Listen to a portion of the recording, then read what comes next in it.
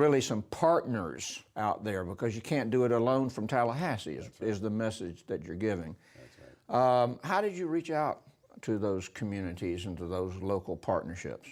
Well, I think a lot of that has been evolving over the years. There's lots of communities across the state that are very engaged in helping deliver our social services. One of the areas that I've been very focused on is really reaching out much more aggressively to the faith-based communities, throughout the state in terms of the role that they can play.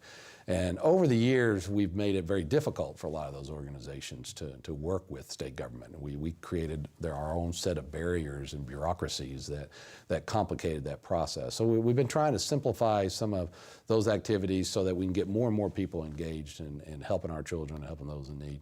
Talk about some of those barriers. You hear about that a lot, not only in your agency, but across state government.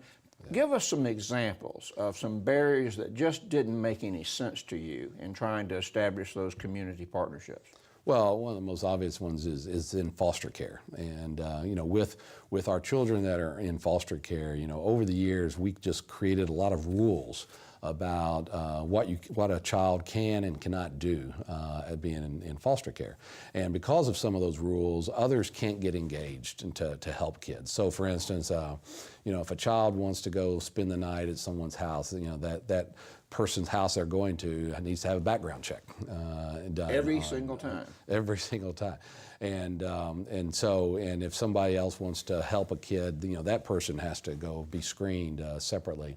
And so, people from the church or from community organizations who want to mentor a child or help them and do homework or help them deal with some of the needs they may have. It's very complicated if they have to go through all these processes to just be qualified to help a child. That's not what a kid who's not in foster care would have to go through.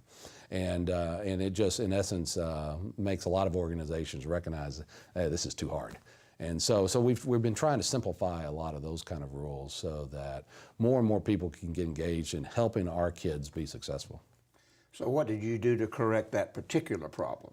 Well, that particular problem was simply eliminating that rule that babysitters and sleepovers do not require background checks. We've done some other changes. For instance, just recently we are now allowing all foster kids to have access to Facebook. I have teenage children. You do too, and we know all teenagers have to have Facebook now. It's a way of life, and so our kids need to feel that they're as normal as any other kid, and they need to have all the same rights and privileges that any kid has today going through school.